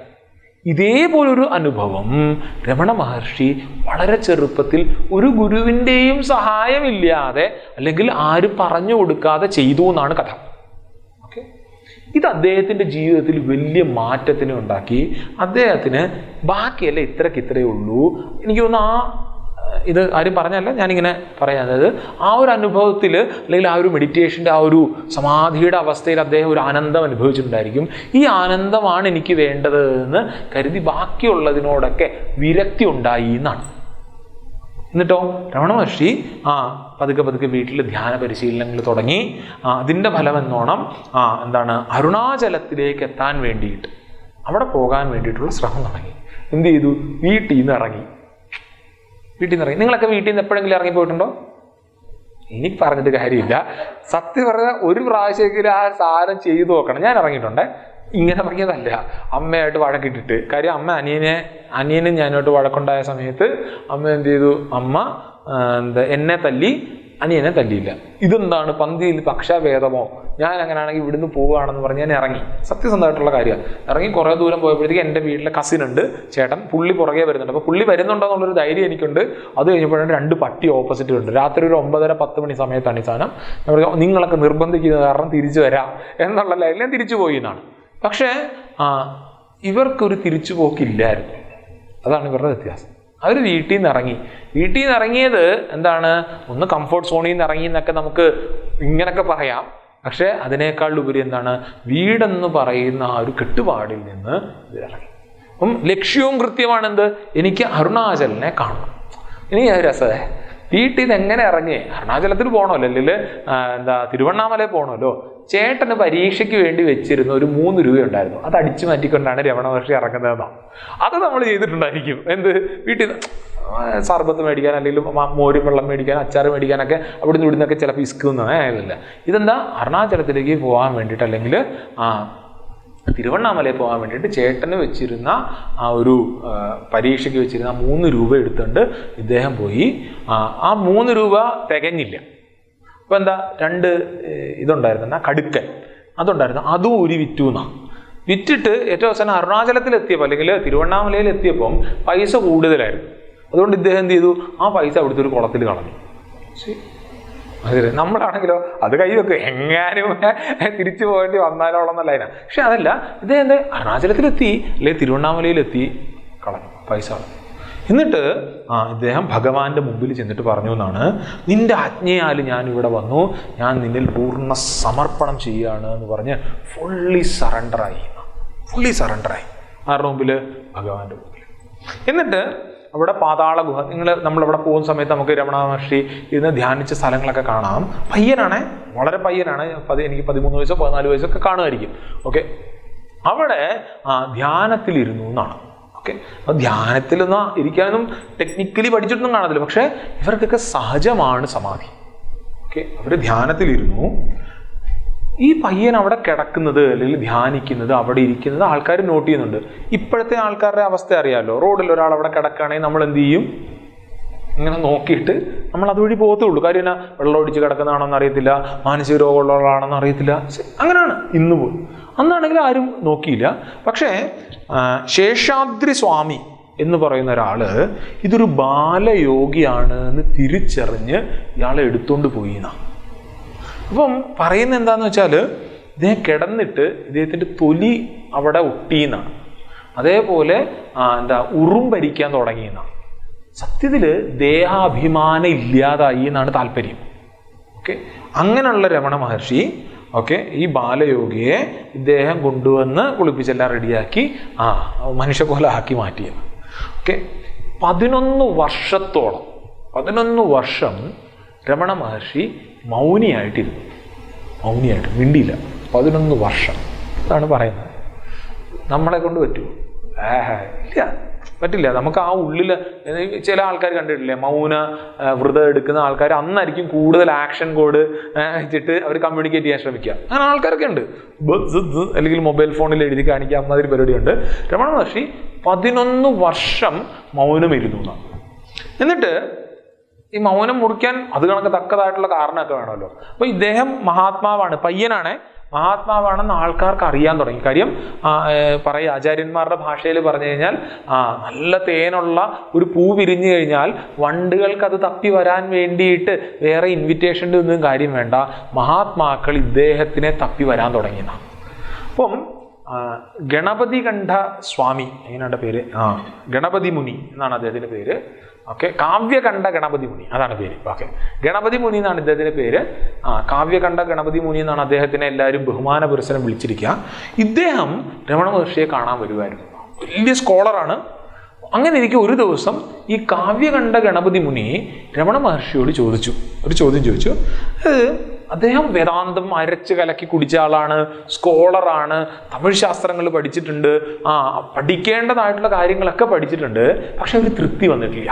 ആ സമയത്ത് ഈ ബാലമുനിയായിട്ടുള്ള രമണ മഹർഷിയോട് ചോദിച്ചു എന്നാണ്, എന്ത് തപസ്സാണ് ഞാൻ ചെയ്യേണ്ടത്? കാര്യം ഈ കാര്യങ്ങളൊക്കെ ഞാൻ പഠിച്ചെങ്കിലും അതിനെ ഫ്രക്ടിഫൈ ചെയ്യാൻ അല്ലെങ്കിൽ അതിനൊരു അനുഭവമാക്കാൻ വേണ്ടിയിട്ട് ഞാൻ എന്ത് തപസ്സാണ് ചെയ്യേണ്ടത് എന്ന് ചോദിച്ചു എന്നാണ്.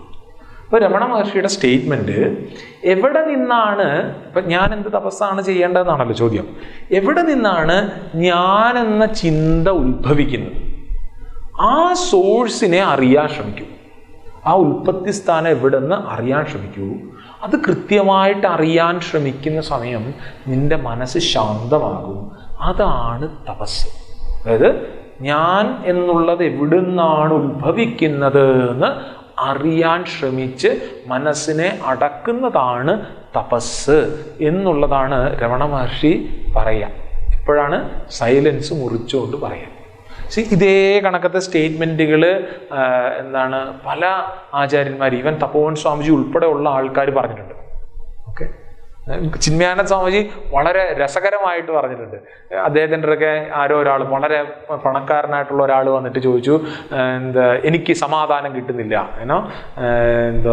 അപ്പം എനിക്കിങ്ങനെ സമാധാനം കിട്ടും എന്ന് പറയുന്ന സമയത്ത് ഗുരുദേവൻ്റെ റിപ്ലൈ എന്ന് വെച്ചാൽ, ഞാൻ ഉള്ള കാലത്തോളം നിനക്ക് സമാധാനം കിട്ടത്തില്ലടാന്ന്. ഇയാൾക്ക് ചിന്മയാനന്ദ സ്വാമിജി ഉള്ള കാലത്തോളം അതല്ല, ഞാനുള്ള കാലത്തോളം സമാധാനം കിട്ടില്ലയാണ്. അതേപോലെ ഈ ഐയുടെ സോഴ്സിനെ തേടിപ്പോകാനുള്ള, അങ്ങനെ തേടിപ്പോയി അതറിഞ്ഞ് മനസ്സിനെ ശാന്തമാക്കുകയാണ് ഏറ്റവും വലിയ തപസ് എന്ന് രമണ മഹർഷി ആണ്. ഈ കാവ്യകണ്ഠ ഗണപതി മുനിയാണ് വെങ്കടരമണൻ എന്നാണ് രമണ മഹർഷിയുടെ പൂർവാശ്രമത്തിൻ്റെ പേര്. ഓക്കെ, അദ്ദേഹത്തിനെ രമണ മഹർഷി എന്ന് സംബോധന ചെയ്ത് തുടങ്ങിയത് എന്നാണ് വെക്കുന്നത്. അങ്ങനെയാണ് പറയുന്നത്. ഓക്കെ, നമുക്ക് പറയാൻ പറ്റത്തില്ല രമണ മഹർഷിക്ക് അദ്ദേഹത്തിന് പേര് കൊടുത്തത് ഇദ്ദേഹമാണെന്നൊന്നും പറയാൻ പറ്റില്ല. പക്ഷേ രമണ മഹർഷി എന്ന് വിളിച്ചു തുടങ്ങിയത്, അല്ലെങ്കിൽ ഇദ്ദേഹം കാരണമാണ് കൂടുതൽ ആൾക്കാർ രമണ മഹർഷിനെ വിളിച്ചു തുടങ്ങാൻ കാരണം എന്നാണ്. ധാരാളം കഥകളുണ്ട് രമണ മഹർഷിയായിട്ട് ബന്ധപ്പെട്ട്. ഒരു കഥയും കൂടെ പറഞ്ഞിട്ട് നമുക്കിനി അടുത്ത കഥയിലേക്ക് കിടക്കാം. കഥ എന്താന്ന് വെച്ചാൽ, ജഗദീശ്വര ശാസ്ത്രികൾ എന്ന് പറഞ്ഞ ഒരാൾ, ഇപ്പം രമണ മഹർഷി പതുക്കെ അറിയപ്പെടാൻ തുടങ്ങി, മഹാത്മാക്കൾ അവിടെ തിരുവണ്ണാമലയിൽ വരാൻ തുടങ്ങി, ആൾക്കാർ വരാൻ തുടങ്ങി. മഹാത്മാക്കൾ വരുമ്പോൾ സ്വാഭാവികമായിട്ട് അവിടെ സത്സംഗങ്ങൾ നടക്കും. അപ്പോൾ ആ സമയത്ത് ജഗദീശ്വര ശാസ്ത്രികൾ എന്ന് പറയുന്ന ഒരാൾ അവിടെ സ്ഥിരമായിട്ട് സത്സംഗങ്ങൾ എടുക്കുമായിരുന്നു. അങ്ങനെ സത്സംഗം എടുക്കുന്ന സമയത്ത് രമണാശ്രമത്തിൽ ഭഗവാൻ രമണ മഹർഷി ഈ സത്സംഗങ്ങൾ കേൾക്കാൻ പോയിരിക്കും. മനസ്സിലായില്ലേ? അപ്പം ആൾക്കാർക്ക് ഇതെന്തിന് ഈ സത്സംഗം കേൾക്കാൻ പോകുന്നത്, മഹാത്മാവാണെന്നല്ലേ പറയുന്നത്. വളരെ രമണ മഹർഷി പറയുക എന്നെ പറ്റി എന്താണ് ഈ പറയുന്നതെന്ന് അറിയാനാണ്. അപ്പം നമ്മൾ വിചാരിക്കും കുറ്റം പറയുന്നത് കേൾക്കാൻ. അല്ലല്ല, ശാസ്ത്രം എന്താ പറയുക? ശാസ്ത്രം ആത്മാവിനെ പറ്റിയാണ് പറയുക. ഈ ആത്മാവിനെ അറിഞ്ഞ ആള് എന്താ മനസ്സിലാക്കുക? ഞാൻ ആത്മാവ് തന്നെയാണെന്ന് അറിയുമ്പോൾ ശാസ്ത്രം അയാളുടെ ബയോഗ്രഫിയാണ് എന്നാണ്. ഒന്നുകൂടെ പറയാം. ചിന്മയാനന്ദ സ്വാമിജിയുടെ ആരോ ചോദിക്കും, സ്വാമിജി ഞാൻ എങ്ങനെ എന്താ ചെയ്യേണ്ടത്, എനിക്ക് എങ്ങനെ സ്വാമിജിയെ പറ്റി അറിയാൻ പറ്റും? സ്വാമിജി പറയും, ഞാൻ എന്താണെന്നുള്ളത് ഞാൻ എഴുതിയ 43 ബുക്കുകളിലുണ്ട് എന്ന്. എന്താ ഗുരുദേവൻ എഴുതിയത്? ഞാൻ ആരാണെന്ന് അറിയണം എന്നുണ്ടെങ്കിൽ നിനക്ക് ഞാൻ എഴുതിയ ബുക്കുകൾ നോക്കിയാൽ മതി. നമ്മൾ വിചാരിക്കും ഗുരുദേവന്റെ ആ ഒരു റൈറ്റിംഗ് സ്റ്റൈലൊക്കെ മനസ്സിലാക്കാൻ. അല്ലല്ല, ഗുരുദേവൻ ആത്മതത്വത്തിനെ പറ്റിയാണ് എഴുതിയിരുന്നത്. ഗുരുദേവൻ ആത്മതത്വം തന്നെയാണ് എന്നതാണ് ആ പറഞ്ഞു വെച്ചത്. അപ്പം ഈ ഉപനിഷത്തായിക്കോട്ടെ പ്രകരണ ഗ്രന്ഥങ്ങളായിക്കോട്ടെ എന്തിനെ പറ്റിയാണ് സംസാരിക്കുക? ആത്മാവിനെ പറ്റിയാണ്. രമണ മഹർഷി കേൾക്കുന്നത് ഓ ശരി ഞാൻ അത് തന്നെയാണ് എന്ന് ഉറപ്പിക്കാൻ വേണ്ടിയിട്ടാണ്, അല്ലെങ്കിൽ എന്നെപ്പറ്റി എന്താണ് ശാസ്ത്രം പറഞ്ഞിരിക്കുന്നതെന്ന് അറിയാനാണ് എന്ന്. അതുകൊണ്ടാണ് പറയുക മഹാത്മാക്കളാണ് ശാസ്ത്രത്തിന് കൊട പിടിക്കുന്നത് എന്നാണ്. മഹാത്മാക്കളില്ലെങ്കിൽ ശാസ്ത്രത്തിന് വാലിഡിറ്റി ഇല്ല. മഹാത്മാക്കളെ കണ്ടിട്ടാണ് ശാസ്ത്രം സത്യമാണ് എന്ന് ലോകം തിരിച്ചറിയുക. മഹാത്മാക്കളാണ് ശാസ്ത്രത്തിന് പ്രാമാണ്യം കൊടുക്കുക. നമ്മൾ എത്രയും കാലം എന്താ പഠിച്ചുകൊണ്ടിരുന്നത്? ശാസ്ത്രത്തിനെ പ്രമാണമായിട്ട് കരുതണം എന്നാണ് പറയാം ഇല്ലേ? ശാസ്ത്രമാണ് ഒതന്റിക് ആയിട്ടുള്ളത്. ഓക്കെ, പക്ഷേ അങ്ങനല്ല, തിരിച്ചാണ്. എന്താ? മഹാത്മാക്കളാണ് ശാസ്ത്രത്തിന് പ്രാമാണ്യം. ഗുരുദേവനായിക്കോട്ടെ, തപോവൻ സ്വാമിജി ആയിക്കോട്ടെ, രമണ മഹർഷി ആയിക്കോട്ടെ, അവരെന്താ ജീവിച്ചത്? ആ ജീവിച്ചതാണ് ശാസ്ത്രത്തിൽ പറഞ്ഞിരിക്കുക. ഞാൻ വെറുതെ പറയുന്നതല്ലേ. നിങ്ങൾ സ്ഥിതപ്രജ്ഞ ലക്ഷണം ഭഗവത്ഗീതയിൽ കാണും. അതെടുത്ത് നോക്കുമ്പോൾ നമുക്ക് സത്യത്തിൽ ഗുരുദേവന്റെ ട്രേറ്റ്സുകൾ കാണാൻ പറ്റും. ഓട്ടോമാറ്റിക് കാണാൻ പറ്റും. നമുക്ക് ഭക്തലക്ഷണം കാണുന്ന സമയത്ത് നമുക്ക് അതിൻ്റെ അകത്ത് ഓരോ ക്വാളിറ്റിയും നമുക്ക് ഗുരുദേവൻ ജീവിതത്തിൽ കൊണ്ടുവന്ന് നമുക്ക് കാണാൻ പറ്റും. ഈ ഏറ്റവും വലിയൊരു തമാശ എന്താണെന്നറിയോ? എല്ലാ ആചാര്യന്മാരുടെയും കഥ ഒരേപോലെ. നമ്മളാണ് ഈ ആചാര്യന്മാർ, അമൃതാനന്ദമയി അമ്മ, ശ്രീ അല്ലെങ്കിൽ ഗുരുദേവൻ, രമണ മഹർഷി, വിവേകാനന്ദ സ്വാമിജി എന്ന് പറഞ്ഞ് വ്യത്യാസം കാണുന്നത് ഇല്ല. ഒരു സ്ഥലം കഴിഞ്ഞാൽ എല്ലാവരും ഒന്ന് തന്നെയാണ്. എപ്പോഴെങ്കിലും നിങ്ങൾക്ക് വായിക്കാൻ പറ്റുകയാണെങ്കിൽ, ചിലപ്പോൾ വായിച്ചിട്ടുണ്ടായിരിക്കാം, നിങ്ങൾ വായിക്കേണ്ട മസ്റ്റായിട്ടുള്ളൊരു ബുക്കാണ് മാൻ ടു ഗോഡ് മാൻ എന്നാണ് ആ ബുക്കിൻ്റെ പേര്. Man to god man. ഇത് ശിവാനന്ദ സ്വാമിജിയെ പറ്റി അദ്ദേഹത്തിൻ്റെ ഒരു ശിഷ്യൻ എഴുതിയേക്കുന്ന ബയോഗ്രഫിയാണ്. ഓക്കെ, ഡിവൈൻ ലൈഫ് സൊസൈറ്റിയിലെ ശിവാനന്ദ സ്വാമിജി, ചിന്മയാനന്ദ സ്വാമിജിയുടെ ദീക്ഷാ ഗുരുവിനെ പറ്റി അദ്ദേഹത്തിൻ്റെ ഒരു ശിഷ്യനായിട്ടുള്ള ആൾ എഴുതിയേക്കുന്ന ബുക്കാണ്. ഈ ബുക്ക് നമ്മൾ വായിക്കുമ്പോൾ അദ്ദേഹം ഗുരുദേവ് എന്നാണ് പറയുക. ചിന്മയ മിഷനിലുള്ള ഒരാൾ വായിച്ചാൽ വിചാരിക്കും ഇത് ചിന്മയാനന്ദ സ്വാമിജിയെ പറ്റിയാണെന്ന്. ഈവൻ ഇൻസിഡൻസ്, ഈവൻ ഇദ്ദേഹത്തിൻ്റെ ജീവിതത്തിലുള്ള പല കാര്യം ചിന്മയാനന്ദ സ്വാമിജി ശിവാനന്ദ സ്വാമിജി ചെയ്ത കാര്യങ്ങളെ ചെയ്തിട്ടുള്ളൂ. സത്യം പറഞ്ഞ ഗംഭീര ബുക്കാണ്. ശിവാനന്ദ സ്വാമിജി പ്രസംഗിക്കുന്നതിന് പകരം ഭജൻ സത്സംഗങ്ങളും എഴുത്തുമായിരുന്നു കൂടുതൽ നടത്തിയതെങ്കിൽ 400 ബുക്കിന് മേളിൽ എഴുതിയിട്ടുണ്ട് അദ്ദേഹം. ഏതൊക്കെ ശാസ്ത്രം എഴുതാമോ അതൊക്കെ എഴുതിയിട്ടുണ്ട്. അതേപോലെ നമ്മൾ ഒരു പോയിന്റ് കഴിയുമ്പോൾ ഗുരുക്കന്മാരൊക്കെ ഗുരുക്കന്മാരാണ്. വളരെ രസകരമായിട്ട് ഡിവൈൻ ലൈഫ് സൊസൈറ്റിയിലെ ഇപ്പോഴത്തെ ജനറൽ സെക്രട്ടറി ഉണ്ട്, പത്മനാഭാനന്ദ സ്വാമിജി എന്നാണ് അദ്ദേഹത്തിൻ്റെ പേര്. ഓക്കെ, അദ്ദേഹം മലയാളിയാണ്. അപ്പം അദ്ദേഹം ഇങ്ങനെ ഞങ്ങളുടെ നേരിട്ട് സംസാരിച്ച സമയത്ത് പറഞ്ഞൊരു കഥയുണ്ട്. അതായത് ഇദ്ദേഹവും പൂജ്യ ഗുരുദേവനും കൂടെ, ചിന്മയാനന്ദ സ്വാമിജിയും കൂടെ ഒരു പ്രഭാഷണത്തിന് പോവുകയാണ്. പോകുന്ന സമയത്ത് ഗുരുദേവൻ കാറിലെ ഫ്രണ്ടിലത്തെ സീറ്റിലിരിക്കുന്നു. ബാക്കിൽ ഇദ്ദേഹം ഇരിപ്പുണ്ട്, പത്മനാഭാനന്ദ സ്വാമിജി. അന്ന് പയ്യനാണ്, കോളേജിൽ പഠിക്കുന്ന സ്റ്റുഡൻ്റാണ്. അപ്പം ശ്രീനാരായണ ഗുരുദേവനെ പറ്റിയിട്ടാണ് സംസാരിക്കേണ്ടത്. ഓക്കെ, ഉടനെ ഗുരുദേവൻ ചോദിച്ചു, ശ്രീനാരായണ ഗുരുദേവനെ പറ്റി നിങ്ങൾക്ക് അറിയാവുന്ന കാര്യങ്ങളൊക്കെ പറയാൻ പറഞ്ഞു.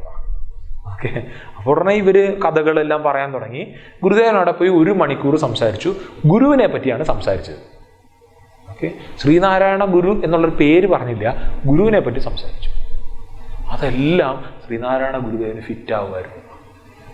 ഇത് പറയാൻ കാരണം നമ്മൾ രമണ മഹർഷിയുടെ കൃതി പഠിക്കുന്നുണ്ടായിരിക്കാം, രമണ മഹർഷിയുടെ ജീവിതം കാണാൻ ശ്രമിക്കുന്നുണ്ടായിരിക്കാം, നമ്മൾ ചിന്മയാമിഷനിലായിരിക്കും ഇരിക്കുന്നത്, എനിക്ക് വേറൊരു ഗുരു ഉണ്ടായിരിക്കാം. ഇതൊന്നും ബാധകമല്ല. ഈ ഗുരുക്കന്മാരെന്താണ് ചെയ്യുക? നമ്മുടെ ഉള്ളിലെ ഞാൻ എന്നുള്ള ഭാവത്തിനെ എടുത്ത് കളഞ്ഞിട്ട് നമ്മളെ ഉയർത്താൻ വേണ്ടിയിട്ടാണ് വന്നിരിക്കുക. ഓക്കെ, സത്യത്തിൽ ശാസ്ത്രം പഠിക്കാത്ത, എന്നാൽ ശാസ്ത്രം പഠിച്ചിട്ടില്ലേ, ശാസ്ത്രം പഠിക്കാത്ത രമണ മഹർഷി തമിഴ്, സംസ്കൃതം, മലയാളം, തെലുങ്ക് ഈ ഭാഷകളിലെല്ലാം ശാസ്ത്രത്തിനെ കോൺട്രിബ്യൂട്ട് ചെയ്യും. നമ്മൾ പറയാറില്ലേ എന്താണ് സക്സസ്, ഡിഫൈൻ സക്സസ് എന്ന് പറയുന്ന സമയത്ത് 10ാം ക്ലാസ് ജയിക്കാത്ത സച്ചിൻ ടെണ്ടുൽക്കർ, ആ സച്ചിൻ ടെണ്ടുൽക്കറിനെ പറ്റിയിട്ടുള്ള പാഠം 10ാം ക്ലാസ്സിലെ ടെക്സ്റ്റ് ബുക്കിൽ വന്നു, അതാണ് സക്സസ് എന്ന് പറയത്തില്ലേ. അതൊരു ആധ്യാത്മിക ലൈനിൽ പറയുകയാണെങ്കിലോ, ഒന്നും ശാസ്ത്രീയമായിട്ട് പഠിക്കാത്ത ഒരാളെ അദ്ദേഹം പറഞ്ഞതിനെ ശാസ്ത്രമാക്കി നമ്മൾ എടുക്കുന്നു എന്ന് പറയുന്നത് സക്സസ് ആണ്. ഇതാണ് രമണ മഹർഷി. രമണ മഹർഷിയെ പറ്റി നമ്മൾ എത്ര എത്ര എത്ര എത്ര എത്ര എത്ര പറഞ്ഞാലും നമുക്ക് തീരില്ല. ഈ 10 മിനിറ്റ് കൂടെ ഞാനൊരു കാര്യം പറയും. എന്താണ് ഈ ഉപദേശസാര എങ്ങനെ ഉണ്ടായി? ഉപദേശസാര എങ്ങനെ ഉണ്ടായി? അതിൻ്റെ വിശദീകരിച്ചുള്ള കഥ നാളെ പറയും. പക്ഷെ ഉപദേശസാര എങ്ങനെ ഉണ്ടായി? മുരുകനാർ എന്ന് പറയുന്ന ഒരു തമിഴ് കവി, രമണ മഹർഷിയുടെ കാലത്തുള്ളതാണ്. മുരുകനാർ എന്നാണ് അദ്ദേഹത്തിൻ്റെ പേര്.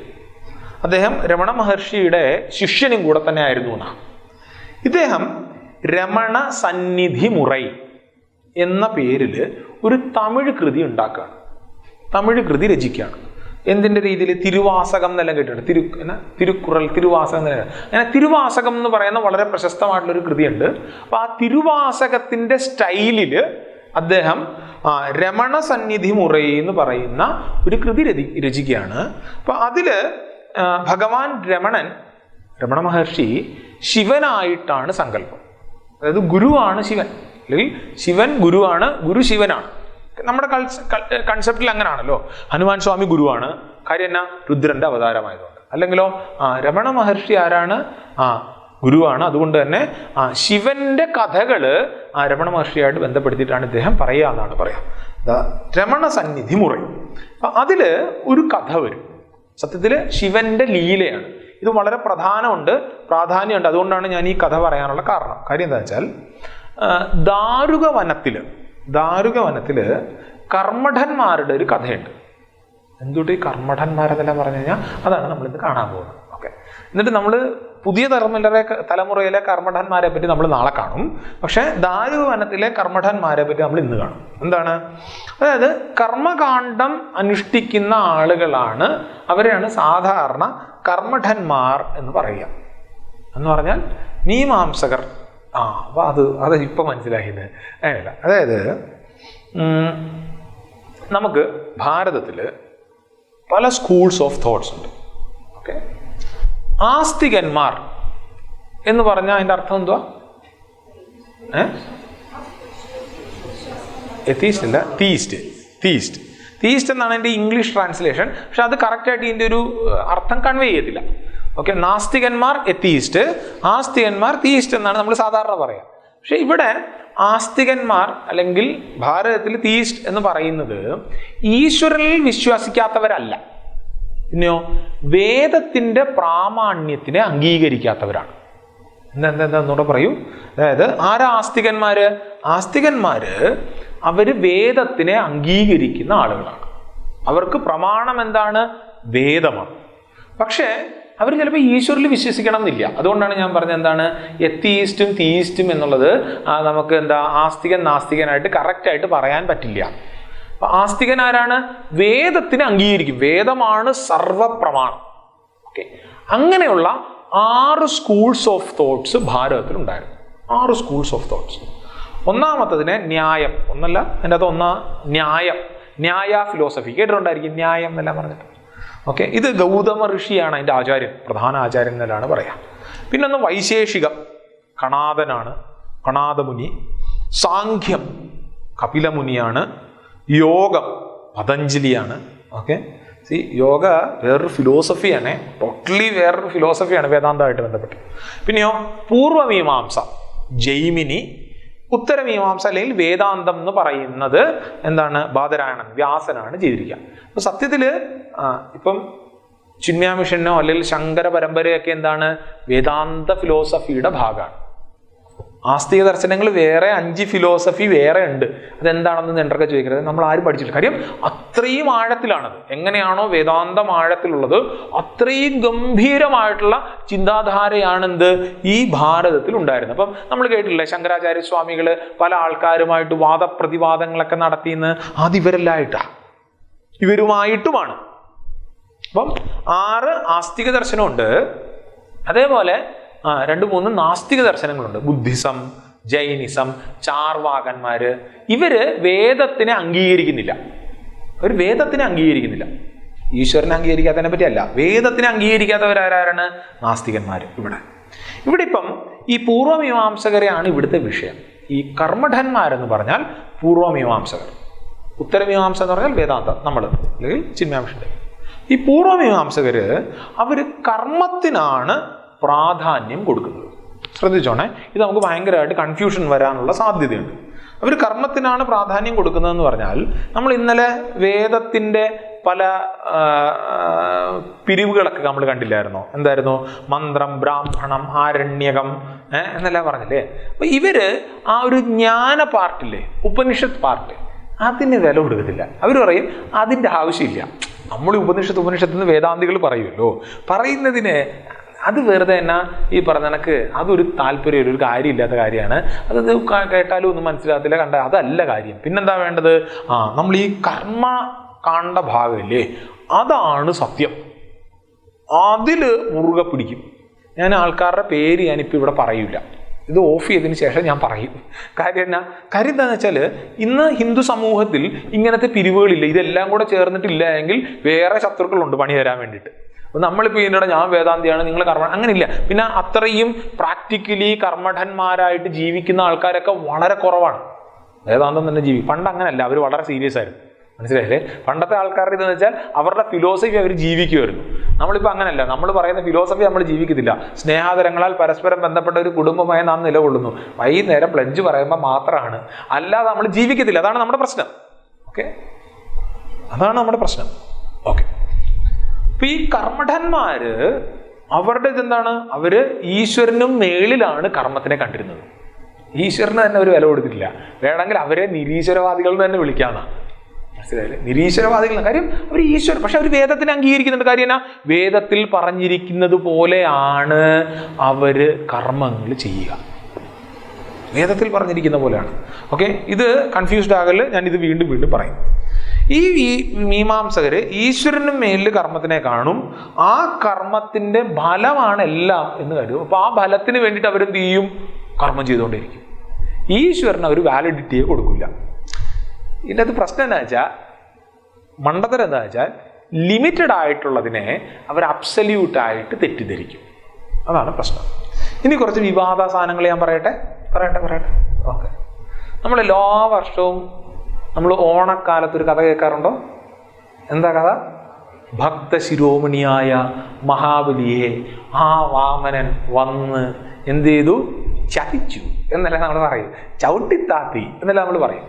ഇത് നമുക്ക് ഈ ഒരു സാധനത്തിനെ കൃത്യമായിട്ട് മനസ്സിലാക്കാത്തതുകൊണ്ടാണ്. വീണ്ടും, എന്താണ് വാമനൻ ചെയ്തത്, എന്താണ് മഹാബലി ചെയ്തത്, എന്താണ് ശുക്രാചാര്യർ ചെയ്തത് എന്നുള്ളതിലാണ് ചോദ്യം. മഹാബലി നമ്മൾ ഗംഭീര ഭക്തനാണ് എന്നാണ് നമ്മൾ കേട്ട് പഠിച്ചേക്കുന്നത്. ഭക്തൻ തന്നെയാണ്, നല്ല ആളാണ്. നമ്മൾ ഈ കർമ്മഠന്മാരാരാണ്? നമ്മൾ അവരെ ഋഷികൾ എന്നോ മുനി എന്നൊക്കെയാണ് വിളിക്കുക. ഓക്കെ, നമ്മൾ മുനി എന്ന് വിചാരിക്കുമ്പോൾ അപ്പം തന്നെ നമ്മൾ ശങ്കരാചാര്യ സ്വാമികളെ എല്ലാം കണക്ട് ചെയ്യും. അങ്ങനെയല്ല, അവരുടെ ഫിലോസഫിയേ വ്യത്യാസമാണ്. മനസ്സിലായില്ലേ? ഇവിടെ മഹാബലി അദ്ദേഹം എന്തിലാണ് നിന്നുകൊണ്ടിരുന്നത്? അദ്ദേഹം ചെയ്തുകൊണ്ടിരുന്നത് 100 അശ്വമേധ യാഗം ചെയ്താൽ ഇന്ദ്ര പദവി കിട്ടും എന്നാണ്. അപ്പൊ ഈ കർമ്മമാണ് അദ്ദേഹം ചെയ്തുകൊണ്ടിരുന്നത്. എന്താണ്? ഈ യാഗകർമ്മങ്ങൾ ചെയ്തുകൊണ്ടിരിക്കുക. 100 അശ്വമേധം ചെയ്യുമ്പോൾ എനിക്ക് എന്ത് കിട്ടും? എനിക്ക് ഇന്ദ്ര പദവി കിട്ടും. ആ ഇന്ദ്ര പദവിക്ക് വേണ്ടിയിട്ട് 100. ശ്രദ്ധിക്കേണ്ട കാര്യം എന്ന് വെച്ചാൽ, കർമ്മം ലിമിറ്റഡ് ആണ്. ഇത് നമ്മൾ നാളെ വിശദീകരിച്ച് കാണും. കർമ്മം ലിമിറ്റഡ് ആണ് എപ്പോഴും. ലിമിറ്റഡ് എന്ന് പറഞ്ഞു കഴിഞ്ഞാൽ പരിമിതമാണ്. കർമ്മത്തിന് സമയത്തിൻ്റെ പ്രോബ്ലം ഉണ്ടായിരിക്കും. അതേപോലെ തന്നെ എന്താണ്, സമയവും സ്ഥലത്തിൻ്റെയും പരിമിതി ഉണ്ടായിരിക്കും. ഇത് ചെയ്യുന്ന ആളുടെ പരിമിതിയുണ്ട്. ഞാൻ ചെയ്യുന്ന കണക്കായിരിക്കത്തില്ല നിങ്ങൾ ഒരാളൊരു കർമ്മം ചെയ്യുന്നത്, അവർ ചെയ്യുന്ന കണക്കായിരിക്കത്തില്ല എനിക്ക് ചെയ്യാൻ പറ്റുക, വ്യത്യാസമുണ്ട്. കർമ്മം ലിമിറ്റഡ് ആണ്. അതുകൊണ്ട് തന്നെ ഈ കർമ്മം നൽകുന്ന ഫലവും ലിമിറ്റഡ് ആണ്. നമുക്കെല്ലാവർക്കും എന്താ വേണ്ടത്? പറ ഞാൻ ഇന്നലെ ഇന്നും പറഞ്ഞ കാര്യം എന്തുവാ? നമുക്കെല്ലാം എന്താ വേണ്ടത്? ആനന്ദം, സന്തോഷമാണ് വേണ്ടത്, ആണല്ലോ. എങ്ങനത്തെ ആനന്ദമാണ് വേണ്ടേ? ഒരിക്കലും നശിക്കാത്ത ആനന്ദമാണ് വേണ്ടത്. ഞാൻ നശിക്കുന്നതായിട്ടുള്ള ലിമിറ്റഡ് ആയിട്ടുള്ള ഒരു കർമ്മം കൊണ്ട് അൺലിമിറ്റഡ് ആയിട്ടുള്ള ആനന്ദത്തിനെ ശ്രമിച്ചാൽ കിട്ടുമോ? കിട്ടത്തില്ല. ലിമിറ്റഡ് ആയിട്ടുള്ളത് എത്രയൊക്കെ ഞാൻ കൂട്ടിച്ചേർത്ത് വെച്ചാലും എനിക്ക് ഒരിക്കലും അൺലിമിറ്റഡ് ആയിട്ടുള്ളത് കിട്ടില്ല. ലിമിറ്റഡിന്റെ റിസൾട്ട് എന്തായിരിക്കും? ലിമിറ്റഡ് തന്നെ ആയിരിക്കും. ഇവിടെ ഇന്ദ്രപദവി കിട്ടി, അല്ലെങ്കിൽ കിട്ടും മഹാബലിക്ക്. പക്ഷേ അതും ലിമിറ്റഡ് ആണ്. കുറെ നാൾ കഴിയുമ്പം അദ്ദേഹത്തിന് ക്ഷീണേ പുണ്യേ മർത്തിലോകം വിശന്തി തിരിച്ചു വരേണ്ടി വരും. ഇവിടെ ഭഗവാൻ എന്താ ചെയ്യുക? ഭഗവാൻ ആ ഒരു സാധകനാണ്. ആ സാധകനെ അടുത്ത തലത്തിലേക്ക് ഉയർത്തുകയാണ്. ഇവിടെ ഇന്ദ്രപദവി യാഗം ചെയ്യുന്നു കാണുമ്പോൾ വളരെ നല്ല കാര്യം എന്ന് നമ്മൾ പറയും. ഇപ്പൊ സംസ്കൃതത്തിന് തന്നെ അങ്ങനെ ഒരു ഇതുണ്ടല്ലോ, ദേവഭാഷയാണ് സംസ്കൃതം. പക്ഷെ ആരെങ്കിലും സംസ്കൃതം സംസാരിച്ചു ഭയങ്കരമാണ്, കറക്റ്റാണ്, നല്ല കാര്യമാണ്. സംസ്കൃതമൊക്കെ അറിയാമല്ലേ? ഇപ്പൊ സംസ്കൃതം അറിയത്തില്ലേ? ഇപ്പൊ സ്വാമിമാരോ അല്ലെങ്കിൽ ബ്രഹ്മചാരിമാർക്ക് സംസ്കൃതം അറിയത്തില്ലേ? സംസ്കൃതം അറിയത്തില്ലേ എന്നെല്ലാം ചോദിച്ചോളെ. കാര്യം എന്നാ, സംസ്കൃതത്തിന് അങ്ങനത്തെ ഒരു ഇതുണ്ട്. അതേ കണക്കാണ് ഇത്തരത്തിലുള്ള കർമ്മങ്ങൾ ചെയ്യുന്ന സമയത്ത് അത് ഡിവൈൻ തന്നെയാണ്. പക്ഷെ അത് നൽകുന്നത് ലിമിറ്റഡ് റിസൾട്ട് ആണെങ്കിലോ ഭഗവാൻ അതിനെ ചൂണ്ടിക്കാണിച്ചിട്ട് ഇദ്ദേഹത്തിനെ അൺലിമിറ്റഡ് ആയിട്ടുള്ളതിലേക്ക് പ്രചോദിപ്പിച്ചു എന്നാണ്. ഇനി അതിനെ ടെക്നിക്കലി ഇവർ പറയാൻ വേണ്ടിയിട്ട് പലതരത്തിലുള്ള ദീക്ഷയുണ്ട്. നോട്ടത്തിൽ ദീക്ഷയുണ്ട്, കൈവച്ച് അനുഗ്രഹിക്കുന്ന ദീക്ഷയുണ്ട്, പാദം കൊണ്ട് സ്പർശിക്കുന്ന ദീക്ഷയുണ്ട് എന്നെല്ലാം നമുക്ക് പറയാം. മഹാബലിയെ പാദം കൊണ്ട് അനുഗ്രഹിച്ചു എന്നെല്ലാം പറയാം. പക്ഷെ നമ്മൾ ഈ കോണ്ടെക്സ്റ്റിൽ മനസ്സിലാക്കേണ്ടത് എന്താണ്? മഹാബലി ലിമിറ്റഡ് ആയിട്ടുള്ള കർമ്മം കൊണ്ട് ലിമിറ്റഡ് ആയിട്ടുള്ള സ്വർഗത്തിനെ മാത്രം നേടാൻ ശ്രമിക്കുന്ന സമയത്ത് ഭഗവാൻ അപാര കരുണയാൽ വന്നിട്ട് മഹാബലിക്ക് ആ അൺലിമിറ്റഡിനെ നൽകാൻ ശ്രമിച്ചു. ഞാൻ എന്തിനാ ഇപ്പം ഇവിടെ ഇതൊക്കെ പറയുന്നത്? ഓണം ആയില്ലല്ലോ സ്വാമി. ഇതേപോലെ ആ ദാരുക വനത്തിലും കുറേ യതികളുണ്ടായിരുന്നു. സന്യാസിമാരല്ല, ഈ പറഞ്ഞ കണക്ക് മഹാത്മാക്കൾ എന്ന് പറയാം, സാധകന്മാരെന്ന് പറയാം. പക്ഷെ അവര് ടൂ മച്ച് ഇൻടു കർമ്മകാണ്ഡം, കർമ്മമാണ് സത്യം എന്ന് പറഞ്ഞിട്ട് അവർ ആ കർമ്മത്തിൽ ചെയ്ത് പല പല സിദ്ധികൾ നേടി അതിലവർ അഹങ്കരിച്ചു. ആ സമയത്ത് ഭഗവാൻ പരമശിവൻ അവിടെ അവതരിച്ച് അവരുടെ അഹങ്കാരത്തിനെ ഇല്ലാതെയാക്കി. വാമനൻ അവതരിച്ചു, എന്നിട്ട് മഹാബലിയുടെ അഹങ്കാരത്തിനെ ഇല്ലാതാക്കി. പല രീതിയിൽ ഈ കഥയുണ്ടെന്ന് ഞാൻ പറയാം. കർമ്മടന്മാരുടെ ഈ അഹങ്കാരത്തിനെ ആരില്ലാതാക്കി? ഭഗവാൻ പരമശിവൻ ഇല്ലാതെയാക്കിയതിന് ശേഷം അവരെ ഉപദേശിച്ചു. എന്താണ് യഥാർത്ഥത്തിൽ വേണ്ടത് എന്ന് ഉപദേശിച്ചു. ഓക്കെ, അപ്പോ ഈ മുരുകനാറ് മുരുകനാരാ ഇവിടെ പോയല്ലോ. മുരുകനാര് രമണ സന്നിധി മുറ എന്ന് പറഞ്ഞൊരു കൃതി എഴുതുകയല്ലേ. അതില് ഈ ദാരുക വനത്തിലെ ഈ കർമ്മഠന്മാരുടെ കഥ വരുന്ന സമയത്ത് ഇതിനൊരു റെഫറൻസ് ബുക്കുണ്ട്, ശിവപുരാണം. ഈ ശിവപുരാണത്തില് ആകെ കൂടെ പറയുന്നത് ഭഗവാൻ ശിവൻ അവരെ അനുഗ്രഹിച്ചു, അവരെ ഉപദേശിച്ചു എന്ന് മാത്രമേ ഉള്ളൂ. എന്തുപദേശമാണ് കൊടുത്തത് എന്ന് പറയുന്നില്ല. അപ്പൊ എന്ത് ചെയ്യും? ഇദ്ദേഹം മുരുകനാര് രമണ മഹർഷിയൊക്കെ പ്രാർത്ഥിക്കും, ഞാൻ അങ്ങനെയാണ് ശിവനായിട്ട് കണ്ട് എഴുതിയിരിക്കുന്നത്, അതുകൊണ്ട് അങ്ങ് തന്നെ എന്ത് ചെയ്യണം? എന്തുപദേശമാണോ ഭഗവാൻ നൽകിയത് ആ ഉപദേശം ഇവിടെ നൽകണം. അതാണ് ഇതിൻ്റെ കണക്ഷൻ. കാര്യം മനസ്സിലായാലും? ഞാൻ വെറുതെ കഥ പറഞ്ഞല്ല. അപ്പൊ എന്താ, ഒരു 30 ശ്ലോകങ്ങളിലായിട്ട് രമണ മഹർഷി ഭഗവാൻ പരമശിവന്റെ തന്നെ ഉപദേശമായിക്കൊണ്ട് ഉപദേശിക്കും. ഇത് തമിഴിലാണ് ഒറിജിനൽ. ഇത് സംസ്കൃതത്തിലേക്ക് ആക്കിയേക്കുന്നത് രമണ മഹർഷിയാണ്. ഇതിൻ്റെ മലയാളമുണ്ട്, മലയാളത്തിലേക്ക് ആക്കിയേക്കുന്നത് രമണ മഹർഷിയാണ്. ഓക്കെ, അപ്പം രമണ മഹർഷി ഇത് തുടങ്ങുന്ന സമയത്ത് കർത്തുരാജ്ഞയാ പ്രാപ്യതേ ബലം. ഇത് എന്ത് കണക്ഷൻ ഇതാണ്. കാര്യം എന്നാ, കർമ്മം കാര്യമില്ല എന്ന് പറഞ്ഞു തുടങ്ങുമ്പോൾ എവിടെ നിന്ന് തുടങ്ങുന്നത്? കാര്യം കർമ്മഠന്മാരോടാണ്. കർമ്മമതാണ് എന്ന്, കർമ്മം മാത്രം സത്യം എന്ന് പറഞ്ഞിരുന്നവരോടുള്ള ഉപദേശമായതുകൊണ്ട് ഭഗവാൻ അങ്ങനെ തുടങ്ങാം. ഇതൊരു കൃതിയുടെ ഇടയിലുള്ള ഭാഗം കൂടാണ് എന്ന് മനസ്സിലാക്കിക്കോണം. അതായത് ആ ഒരു രമണ സന്നിധി മുറ, അതിൻ്റെ ഇടയിലുള്ള ആ ഒരു ഉപദേശ പാർട്ടും കൂടെ ആണ് എന്ന് മനസ്സിലാക്കിക്കോണം. എന്താണ് ഭഗവാന്റെ ഉപദേശം, അല്ലെങ്കിൽ എന്താണ് ഭഗവാൻ ശിവൻ ആദ്യം വന്ന് ചെയ്തത്, അത് നമ്മൾ നാളെ കാണും. ഓക്കെ, നാളെ നമ്മൾ ആദ്യത്തെ 3 ശ്ലോകങ്ങൾ കാണാൻ ശ്രമിക്കും. ഇത് കർമ്മയോഗവുമായിട്ട് ബന്ധപ്പെട്ടിട്ടായിരിക്കും. സത്യത്തിൽ ഈ ഒരു കൃതിയിൽ കർമ്മയോഗം, ഭക്തിയോഗം, രാജയോഗം, ജ്ഞാനയോഗം ഈ 4 പാതകളെ പറ്റിയും വളരെ ഗംഭീരമായിട്ട് പറയും. അതുകൊണ്ട് തന്നെ ഇതൊരു സമ്പൂർണ്ണ കൃതിയാണ്. മനസ്സിലായില്ലേ? നമ്മളൊരു ആധ്യാത്മിക സാധകനാണ് എങ്കിൽ, ആധ്യാത്മിക സാധകന് രമണ മഹർഷിയുടെ കഥ മാത്രം കേട്ടാൽ മതി. മനസ്സിലായില്ലേ? അല്ലല്ല, നമുക്ക് ഇതും കേൾക്കണം എന്നാണ്. ഓക്കെ, ബാക്കി നമ്മൾ നാളെ കാണും. ഓം പൂർണ്ണമതഃ പൂർണ്ണമിദം പൂർണ്ണാത് പൂർണ്ണമുദച്യതേ പൂർണ്ണസ്യ പൂർണ്ണമാദായ പൂർണ്ണമേവാവശിഷ്യതേ. ഓം ശാന്തി ശാന്തി ശാന്തി. ഹരി ഓം. ശ്രീ ഗുരുഭ്യോ നമഃ. ഹരി ഓം.